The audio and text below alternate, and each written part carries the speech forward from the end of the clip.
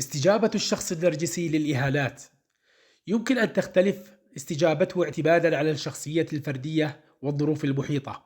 وبين الاستجابات الشائعة للإهانات أولا الغضب والعداء. قد يظهر الشخص النرجسي رد فعل غاضبا وعدوانيا عند الإهانة، حيث يشعر بأنه تم الاعتداء على صورته الذاتية المثالية ويسعى إلى الانتقام أو الرد بشكل عدواني. ثانيا التجاهل والانعزال.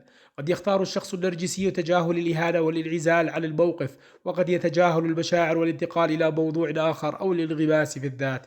ثالثا التهديدات والتصعيد. قد يلجأ الشخص النرجسي للتهديدات وتصعيد الوضع لإظهار قوته وسلطته، وقد يستخدم التهديدات لتحقيق أهدافه أو لإجبار الآخرين على الاعتراف به. رابعا التلاعب والمكائد.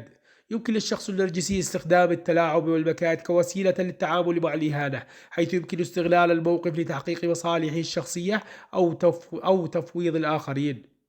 خامسا البحث عن التأكيد والثناء. قد يحاول الشخص النرجسي الحصول على تأكيد وثناء من الآخرين بشكل مبالغ فيه بعد الإهانة، وقد يسعى إلى إثبات قيمته الذاتية من خلال الثناء والاعتراف. سادسا الانتقام الغير مباشر.